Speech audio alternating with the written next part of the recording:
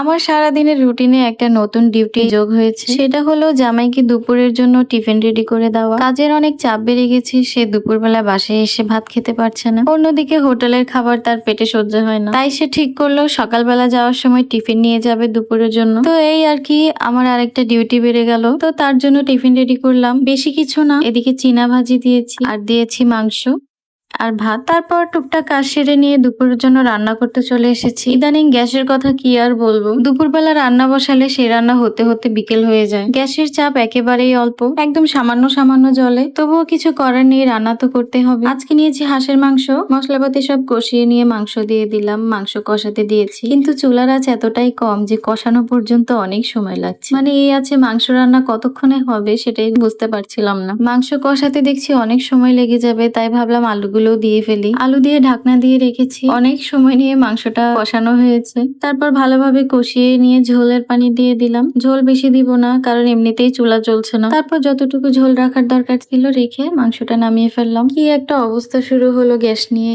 এভাবে গ্যাস যদি থাকে তাহলে রান্না বান্না করতে তো অনেক কষ্ট হয়ে যায়। আপনারা কোন জেলা থেকে আমার ভিডিও দেখছেন কমেন্ট করে বলে যাবেন, আর সেখানে আপনাদের গ্যাসের সমস্যা হচ্ছে কিনা সেটা আমার সাথে শেয়ার করে যাবেন। সবাই ভালো থাকবেন, সুস্থ থাকবেন। আল্লাহ হাফেজ।